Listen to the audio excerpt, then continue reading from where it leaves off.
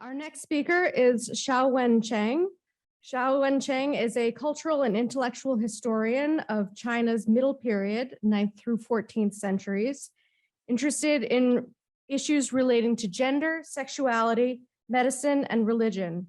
Her first book, Divine, Demonic, and Disordered, Women Without Men in Song Dynasty China, explores the unstable meanings attached to the bodies of manless women in medical and religious literature, as well as popular anecdotes.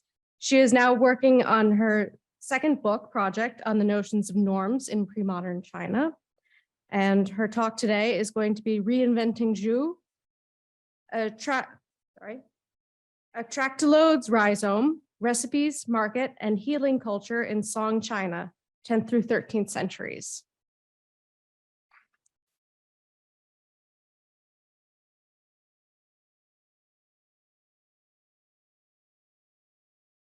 Thank you, and thank you, Lynn, for the invitation for me to participate in this conference. Right. So this is the right. Okay. So what I'm presenting today is a case study of the history of a specific kind of drug materials that have been used in medicine in East Asia, as well as contemporary practice of traditional medicines in East Asia. So that is the Zhu, or Tractylodes. It's this funny Latin scientific name, but in the East Asian languages, they're called Zhu, and it's basically a plant in the daisy family.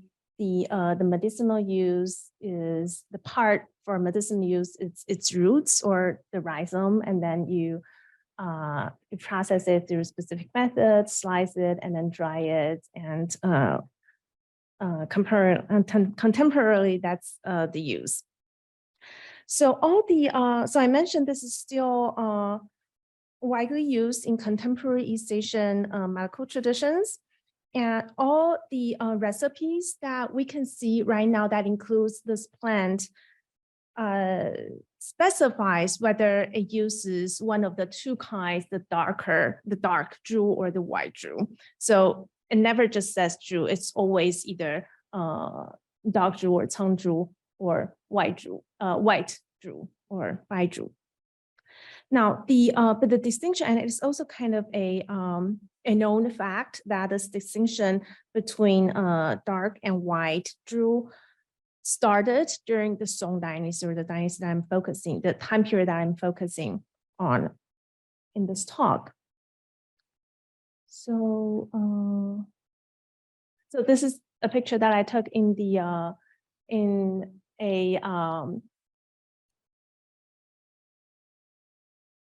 pharmacy / grad school, an hour away drive from here. They are still using the two kinds of drugs in their dispensary, and as you can see, the color is pretty obvious. The container of the darker Zhu basically got tainted because of the obvious color, but the distinction really didn't happen until the Song Dynasty. So, so the point that I'm trying to take from this case study is that number one, it's a historiographical one. That is how to bridge the gap between text and practice, which, with very little record of the actual practice left from my dynasty, from my time period.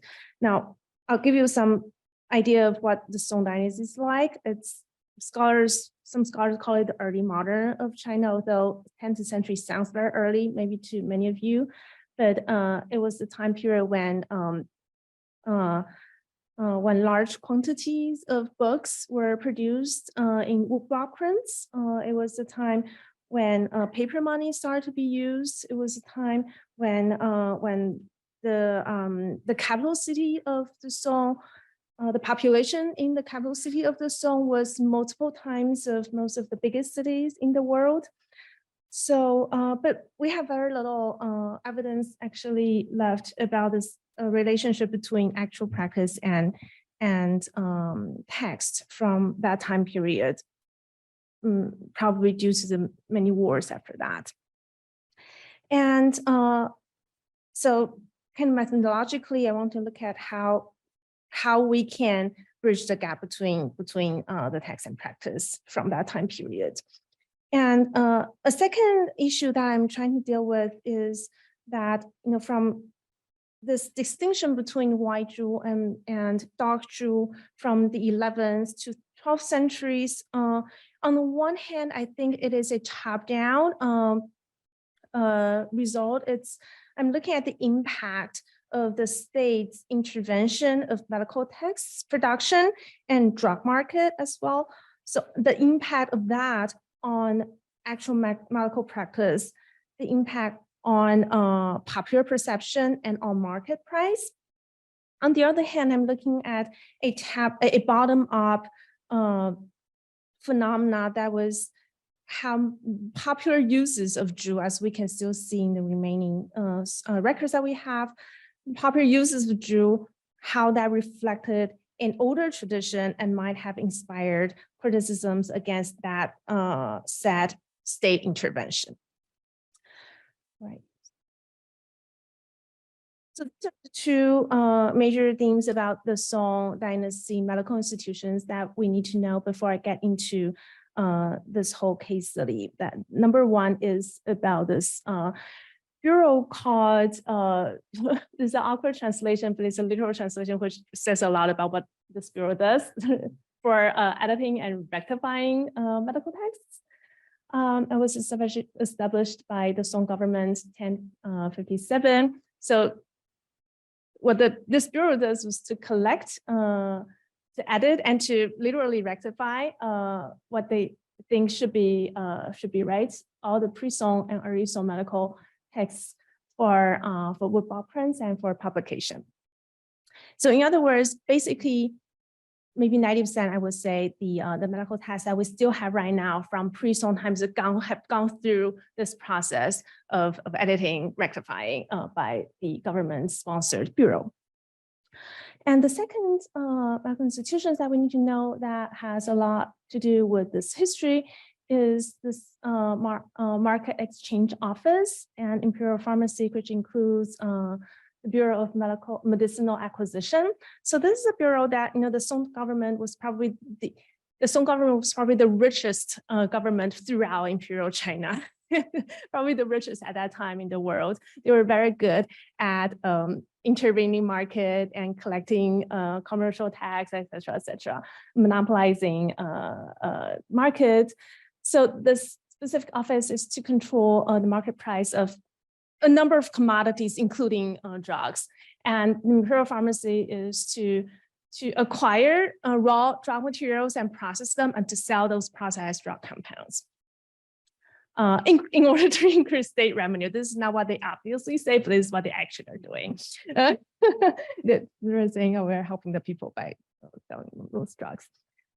All right, so let me start with this passage that I have for you from this author, Kou Zongshi. I'm going to refer to him as Kou, which was his last name, from 1116, where this text was finished and published.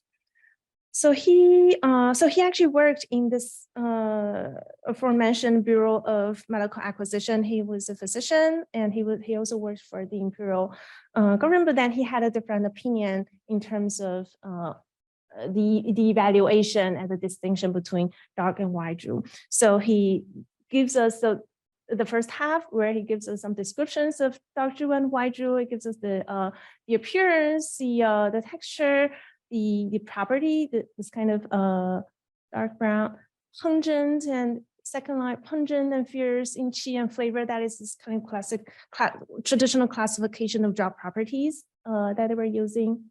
And then it tells you how to process the dark Zhu, which is very important, that I will get into. And the white Zhu, its color and the property. The pungent is not just kind of generic description is the property of the drug. Now here it says, okay, ancient recipes and original materia medica. Here, original materia medica refers to the earliest text of Chinese materia medica from the 1st century. And I put original materia medica here because it became a genre, and all those kind of later pharmacopoeia call themselves materia medica with the kind of different variations. But then they always refer back to this first materia medica from the 1st century. It says, well, the first materia medica mentioned only Zhu without making the distinction, right? And then the second, and then another materia medica that was compiled by the guy Tao Hongjing, which I marked in blue. So Tao Hongjing, when he collected the original materia medica, edited and add another chunk of stuff in there, he mentioned, okay, there were 2 kinds of Zhu. And so this author Ko attributed the distinction, or maybe the evaluation of the 2 kinds of Zhu to this person from the 5th and 6th centuries distinction between the 2 kinds of Zhu. But I will show you in just a second what exactly this Tao Hongjing said about those 2 kinds of Zhu. They were not really making a evaluation between them. So he said, but that he said, Ko said, since then people just value the one kind more than the other. And he also says people nowadays, that means in the 12th century, when he wrote, people nowadays simply value rarity, use only the right kind, and often put aside, I forgot to translate here, put aside the dark kind.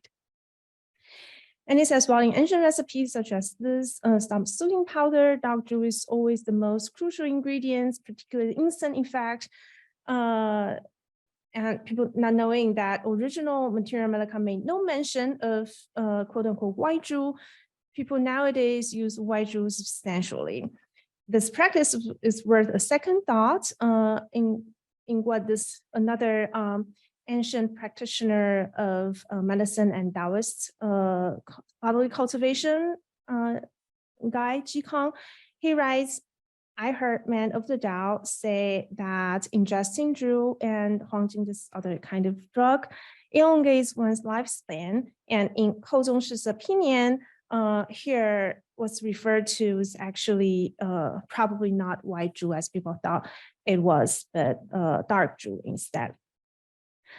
So, so a few points to take from here that Kou Zhongshi attributed this distinction between dark Zhu and white Zhu, and the kind of prioritizing one over the other came from this textual source. And number one, he observed that in his day, this kind of popular users, maybe not professionals, but popular users, they preferred the white kind simply because it's more expensive, it's more rare.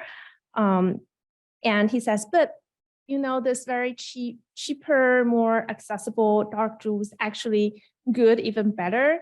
And he also implies that those, the kind of Zhu that ancient texts mention, which can elongate your life, was actually the dark one instead of the white one. Now here it lives with a few puzzles. That is, distinction only happened during the song, and in pre-song texts, it didn't really specify whether it's using the white kind or dark kind. So, so it's not that you know, pre-song medical texts prefer the white kind. It's just they don't tell you, and so I'm not sure how much we can trust Kou's claim that people had always valued white Zhu even before his time. Simply because this Tao Hongjing from the 15th century mentioned the 2 kinds of Zhu. So it's like kind of cautious in terms of how we take somebody from the 12th century to talk about everything before him. Now, the second thing is a lot of sources that during the song in 11th, 12th century, it is true that at least the popular opinion was that the white Zhu was more superior. But was it really just because white Zhu happened to be rare, or so that people thought it was better, or was it something else going on during that time?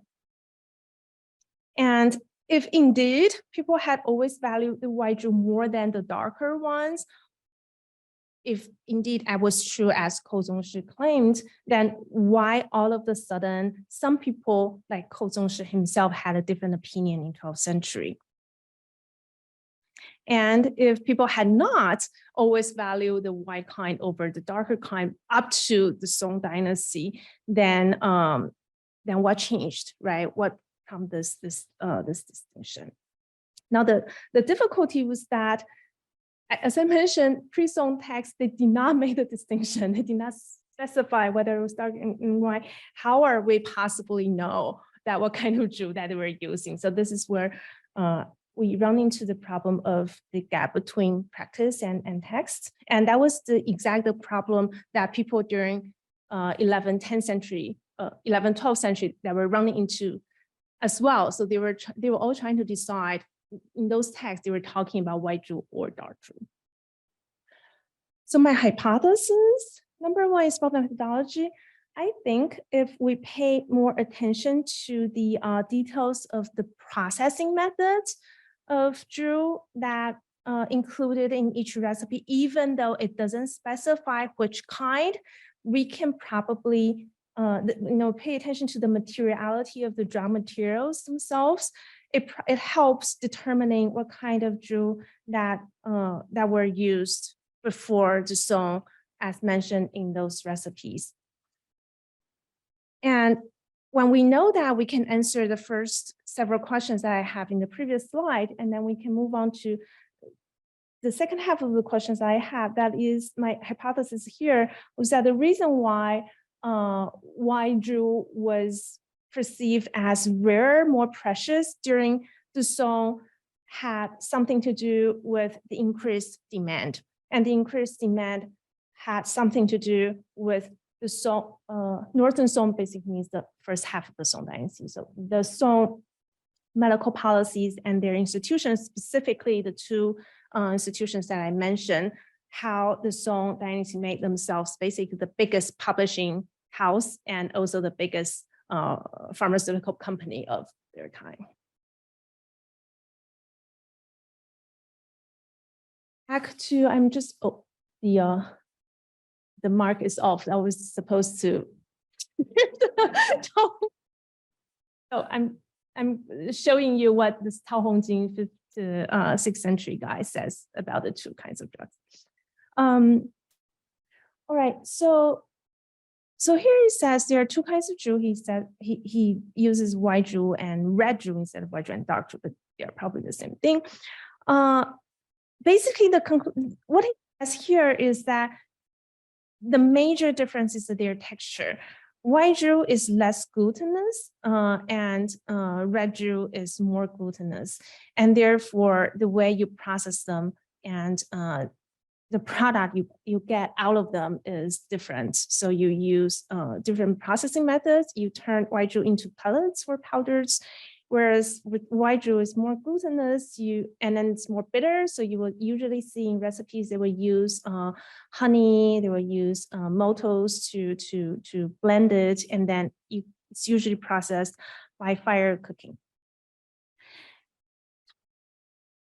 That people in his time, from mid-5th to mid-6th century, the vendors, they sell Zhu, just put rice powder on top of it to make people feel that it's white, and they can sell at a better price. But Tao Hongjing disagree that white Zhu was actually better. So it's like you just strip off those things and then you get exactly the same thing. And he also mentioned another kind of Zhu that he thinks is useless, which gives us a sense of why he thought the two kinds of Zhu, the white Zhu and red Zhu, were useful and actually the same useful. So this other kind of Zhu that was used is because it doesn't have adequate qi intensity.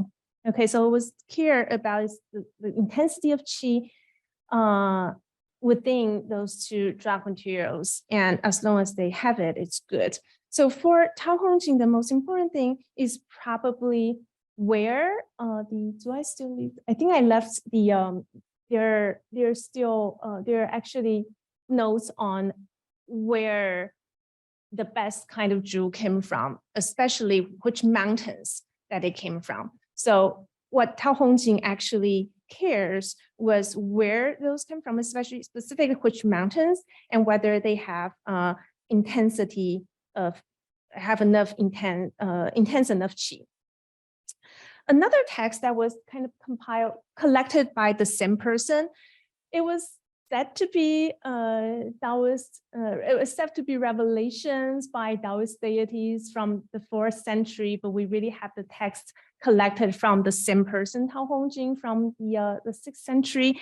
It was the earliest source where we have specific jewel recipes. There are 3 recipes that are included in this Taoist text. So as you can see, they don't specify the kind of jewel, but they gives you 3 different kinds of processing methods. And we can probably, if we match this with the previous text, we can perhaps judge which kind of jewel that each recipe is using. So the first one, if it says, okay, it use honey and jujubes to grind together and into a baby food texture, and you boil it in shreds, etc. So it's probably red jewel. But then the second thing, again, it says, okay, you mix it well and with jujubes and with wine, and you fire cook it, stirring into a cake. Again, kind of corresponds to the processing method of red jewel that mentioned earlier. First, the third recipe, you put in powder, and then you cook it with this other drug called fuling or poria, and and this tells you how to store it. So it's probably a white jewel if that corresponds to the previous process method. Now I'm going to, so this text is called Zhenggao. This text is called Zhenggao. So I will refer to these 3 recipes as Zhenggao number 1, Zhenggao number 2, and Zhenggao number 3. And if we trace the recipes of jewel after this time, you can see that they're basically variations of these 3 recipes throughout, even though they don't give you the specified color of the jewel that you're using. For example, okay. Right. So for example, this text from the 7th century, the first recipe, it tells you how to process and how to make powder and sift, take with wine. It's basically Zhenggao number 3. And the second recipe is rather new. It tells you that you just eat it pure. It doesn't combine with everything else, and basically tells you how do you preserve that for years. It's not so much about how do you take it. And third and fourth one are basically both combinations of Zhenggao recipe number 1 and number 2. So they should both be using the darker kind of jewel. Another example is from the 11th century, which gets closer, much closer, around the same time with our Song Dynasty authors. So the first one is kind of combination between taking alone and then making into a powder. So it's Zhenggao number 3, or a variation of Zhenggao number 3 using probably white jewel. And the second one is again a variation of Zhenggao recipe number 1 and number 2. And the interesting information here is that it mentions this contemporary practice in a specific mountain, that's Mount Mao, that is a Taoist headquarter, or the headquarter of one of Taoist lineages. So they continue to make this, and they have this specific product called zhujian, or the fire cooked jewel. And people all know that they were making that during this time, and that was their recipe. All right, and this is my only manuscript that I managed to find. Dunhuang is always a city in Central Asia, so kind of far away from the Song Dynasty capital and the general China proper, but a lot left here. And the date was kind of also obscure because we don't really have the date on this page of this paper, but we have the dates in the back of the paper, which says something completely different. And they need to use papers as much as they can. So it's probably mid-9th century, but then no later than early 11th century. So the 2 recipes tell us something that is basically correspond to what I just said. That is, the two recipes are basically the same thing. So they are both the recipe, and then it gives you the same name. It says recipes for eating grass. Okay, they're the same recipes of the same name. And what does it mean by recipes for eating grass? That is, you take something so that you can eat grass as staple food. So that is when there's famine, when you travel a long way, you don't have enough food during the winter, when you don't have enough food stored, then you can eat grass and leaves, and then eat this recipe. It helps you digest those garbage that you eat. And the one I put in red square, it uses dark jewel. The one I put in blue square uses white jewel. So the purpose is exactly the same. The effect is the same.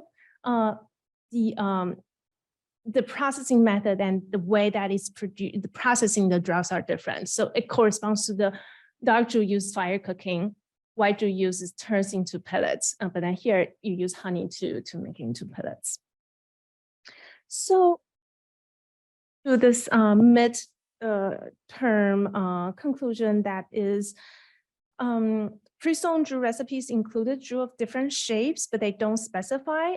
There was no need to distinguish them, probably because the main difference was not about the property or effect, but about the picture, and hence how to processing the methods. And that's probably what some people in the zone realize as well. But had white jewel always been more desirable on the market? We don't know, because we don't have enough evidence on that. Maybe, maybe not. But what we know is that pre-sewn medical writers, they did not distinguish white jewel from darker jewel for medicinal properties, nor did they value white jewel over dark jewel. So this is where we get to where the major change happened. That actually happened through the government kind of intervention. Well, the government, I don't think the government actually knew what they were doing with this specific change. And they were in their inner circles deciding what they want to do with all those previous texts, and their purpose was very pragmatic. So they wanted to make sure that people know what to do when they're processing the drugs. And when they run into troubles, they just make a kind of a random decision with this one. So with the first text, so they produced multiple texts. I'm going 2 examples here. The first text was called the Jiayou Materia Medica. This is another example when I mentioned, they keep calling themselves material. Every pharmacopoeia is Materia Medica, just in a different time period. So the Jiayou Materia Medica 1060, it says all references of jewel in ancient recipes, they just decided that it meant white jewel, okay, not today's jewel.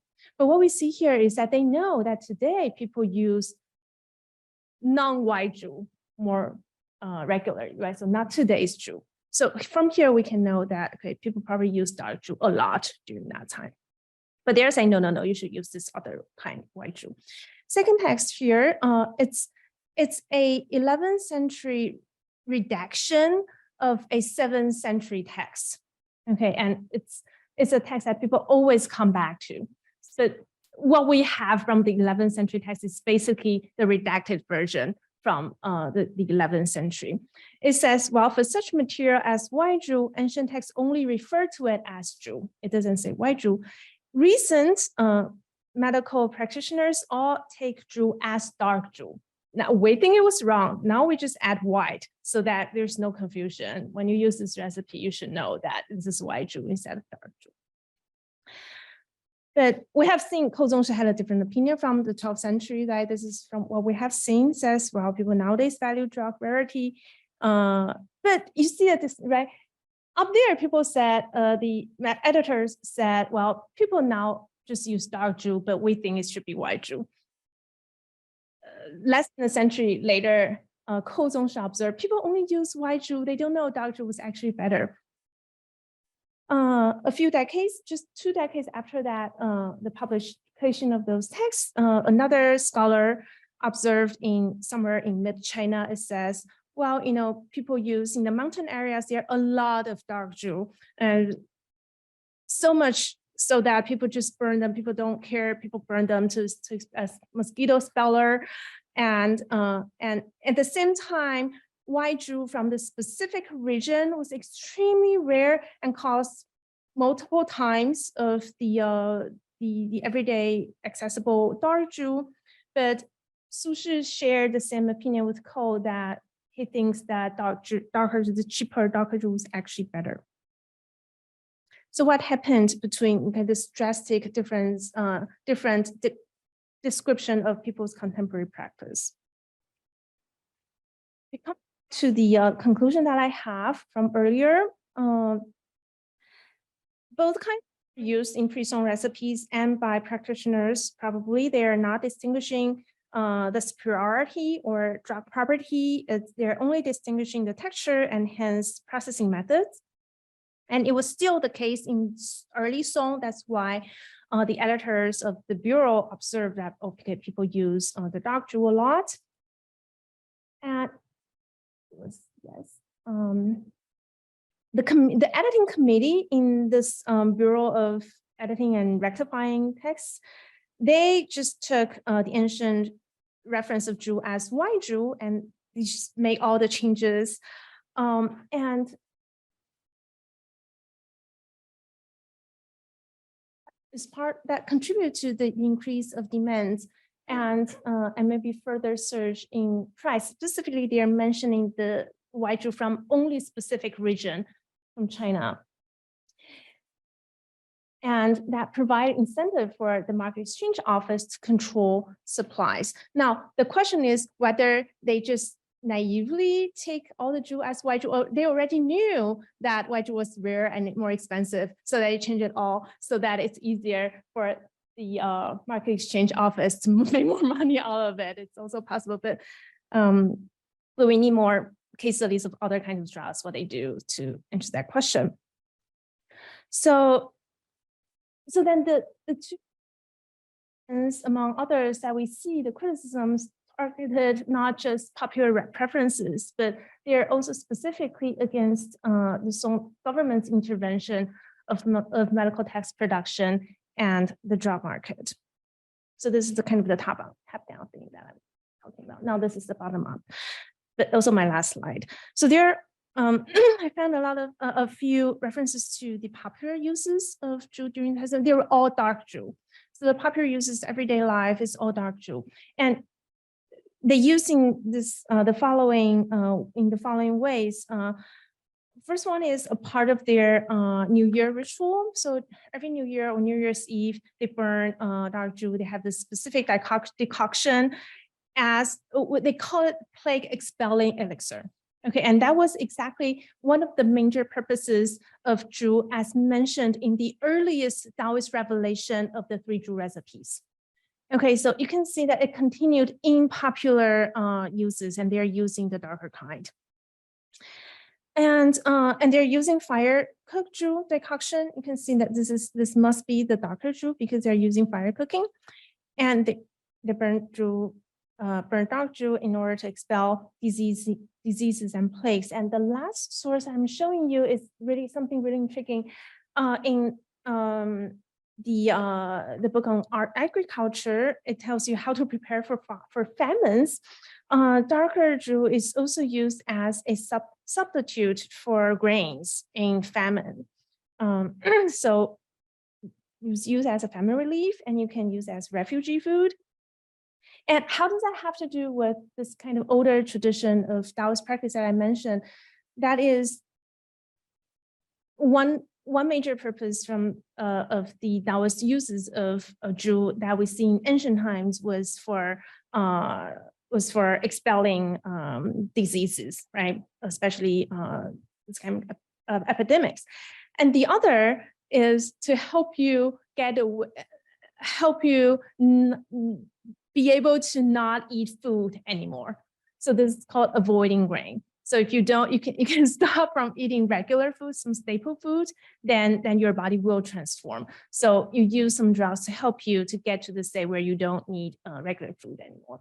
So you can also see this follows this previous older tradition of avoiding grain in the Taoist practices, but they're not practicing Taoism. They're just using to get through famine.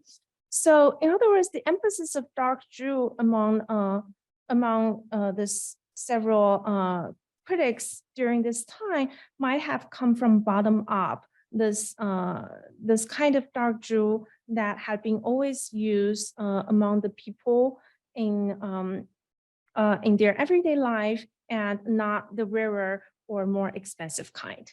Okay, thank you.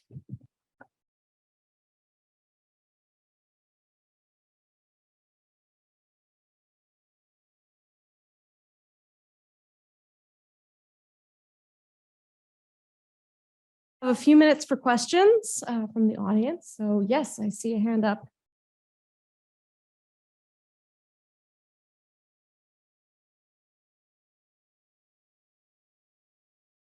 Thank you very much both for these wonderful papers. I think you have both touched upon the debate of theoretical over practical from ecological knowledge, which is very important in this respect. And I have one question for each speaker. I mean, regarding Elaine, I mean, we've seen that some material of these annotations later on is found in social pharmacopoeia, correct? They found their way in printing. I was wondering, is the material derived from both theoretical and practical knowledge? I mean, both from reading books and also experiencing with drugs? This is my question, and whether it's a mixture or not. And I would like, yes. Yeah, absolutely. Sorry, I had lots of slides and things got a little bit confusing there. So I think so. What's interesting there is I think it's not just a transition from manuscript to print, right? There is a kind of circular interconnectedness between kind of handwritten knowledge and the printed knowledge. I think with the references to Becker or Brulandus, et cetera, these are classic kind of Renaissance reading notes. In that sense, that's definitely what we might think of as coming from theoretical knowledge. It's very difficult within at least the annotations we have there. No one is saying I experienced this, at least that I found throughout the pharmacopoeia. And I'm still new to this source, you know, and trying to exactly figure out where all the information comes in. I think the fact that the annotations themselves are bringing in information that will enable apothecary or somebody making drugs to work through the kind of more regulatory lists seems to suggest that the work itself was positioned in practice. But then, you know, I think as always, and I think this is always the message I try to send out, that, you know, bookish knowledge and practical knowledge are always intertwined, which I think is why the complications are what makes it so fun to study. Thank you very much. And I like very much how Xiao showed, I mean, that we can use a variety of sources in order to cross-check the validity of these accounts. And I was wondering whether you have looked at any surviving case histories, because I think I'm particularly thinking of, because it's available in English, I have recently read of Zhu Shui 90 discussions, which are particularly, I think, dated to this particular, and whether you have found any interesting material there. I wish we had those, but the earliest collection of case histories that we have are from after the distinction had already been made. So and we had some sporadic case histories, but they were not the case histories in our sense. They were basically those biographies of those legendary physicians. It was to glorify how miraculous those ancient physicians are. They were not. They're probably not their actual practice, and they also don't really mention specific kind of drugs that they use. So yeah, the earliest collection of actual case histories that we have is already after the distinction was made. So that was what makes it hard. Yeah. We have a couple of questions from the Zoom, and then we'll go back to in person. Okay, so the first question is for the first speaker. Was there a tension about limiting access to specialized medical information? If a householder could refer to a book, might they not need to consult a medical practitioner? So I'm asking about trade protectionism versus making information widely available. That's a really, really good question. I think partly I would think that's one of the reasons why early versions of Pharmacopoeia were made available in Latin. Nicholas Culpeper, when he actually translated the Pharmacopoeia, was one of the first. So Culpeper went into kind of a kind of incredibly dynamic, nutty, and active base of translation in the late 1640s and the early 1650s. And it was actually a very political move. And one of the reasons was that they wanted to make all of this medical knowledge available to the wider learning public. So there is a continual tension between what practitioners wanted to keep not necessarily secret, but rather quiet, and what early modern readers and users wanted to know. And I think what's really interesting is not just that I think users wanted to know a lot more about medical knowledge, not just to skip out on going to practitioners, but perhaps in the same way as we want to know as much about particular medical procedures or drugs as possible before we go and see a physician. You know, we want to be informed patients. And I think that was a lot of what was going on in the early modern period. So all of this kind of vernacularization, all of these reading practices that bring regulatory texts. So the two examples I have in my book, kind of medical university lectures, as well as pharmacopoeias, all of this is part of kind of a opening of medical practices.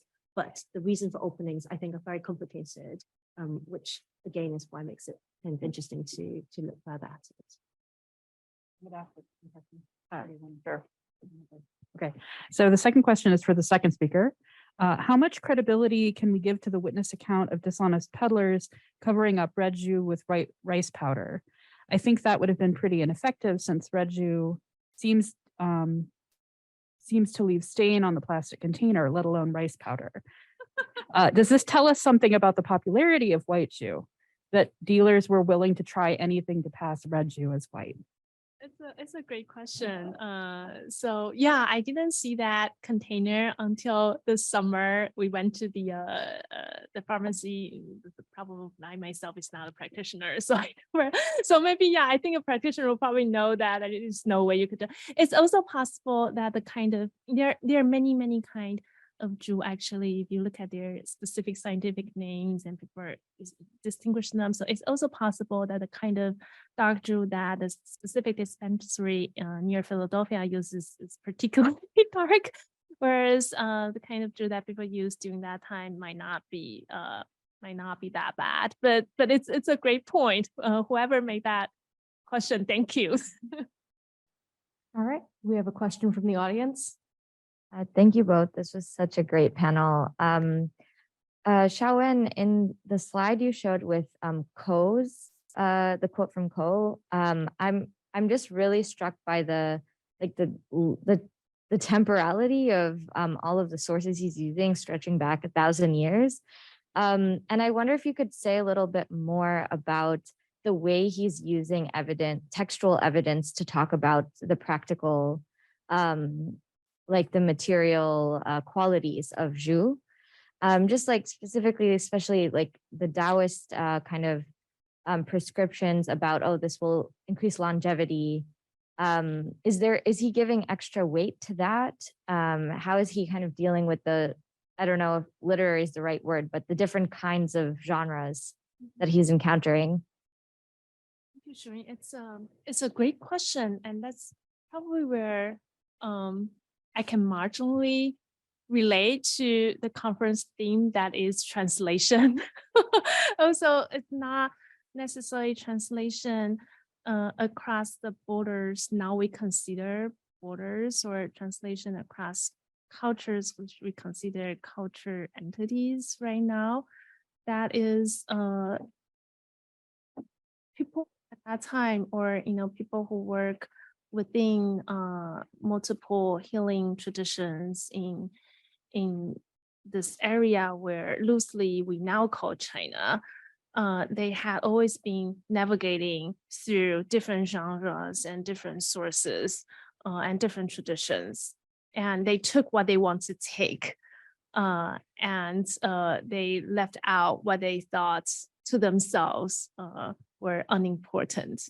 So Koh, he mentioned this Tao Hongjing's, this 5th, 6th century author's Materia Medica book, but he left out that Taoist Revelation book, which actually had jus recipes in it, right? So he didn't do the research that I do, right? Because he left out those, but we don't know why he left that out. It could be he just didn't find that useful because it just doesn't mention two kinds of Jew. It's just like very detailed thing there. So yeah, so did he see boundaries at kind of the urgent necessity of making faithful translation or not, or right? Or he could he's versed in all kinds of traditions, but then he took what he wanted to take and then merged them into something that he himself find useful. I think we have time for one more question. Yes. So there is one more question from the Zoom audience. I'm interested in, and I think this is for the second speaker. I'm interested in the geography of the different kinds. Do you think there is a reason that the particular New Year's Eve use in the Wu region would happen there and not somewhere else? Did I hear correctly? There was a Taoist community that was at the mountain where a lot of the white Jew grew. So did the preference for the white Jew benefit that group? And if so, was there a reason someone at the government bureau would be motivated to benefit them? Yes, geography, yes. So if you look at there were specific areas. It's quite a vast area. It's not specific. They're quite a vast area, but there are specific areas where the dark Jew grew as well as the white Jew, and the dark Jew areas were larger. So you see dark Jew in more areas, and mostly in mountainous areas, and they were both very easy to grow, and I don't think people cultivated them. I think people just collected them from the mountains. And I think the reason why white Jew is probably less accessible is just because the areas where white Jew grew were smaller than where Chengdu grew. And speaking of the mountains where the Taoist practitioners resided, or they mostly resided in those dark Jew areas. So it makes sense that people, like later critics, actually say, you know, if you look at those Taoist practices, I think they're using the darker kind instead of the whiter kind. You don't need to spend more money in order to become immortal. You just go to the mountains and then collect them. That's how you do it. Right. Well, let's thank our speakers.